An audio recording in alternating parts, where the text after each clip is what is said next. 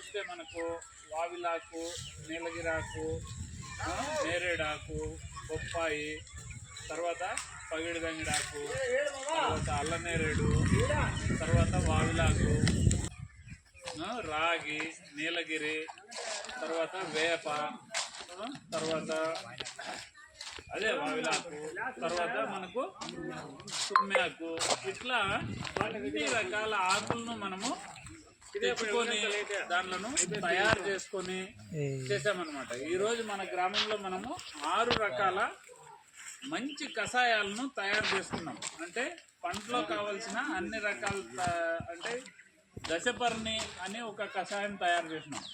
అంటే 10 రకాల ఆకులను మనము 10 రకాల ఆకులతో మనకు కావలసిన అన్ని రకాల రోగాలకు ఏదైతే మనం నిమ్మరసం, కోడిగుడ్లు 10 కోడిగుడ్లు మునిగే వరకు ఎంతైతే మునుగుతుందో అంతవరకు మనము నిమ్మకాయలు పిండేసేది.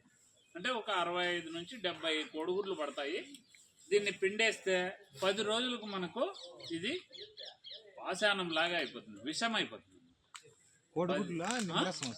ఓన్లీ కోడిగుడ్లు నిమ్మరసం. 10 కోడిగుడ్లు మునిగే వరకు నిమ్మకాయలు పిండుతూనే ఉండేది అనమాట. కోడిగుడ్లు పైకి కనపడకూడదు, రసం పైకి ఎక్కిరాల.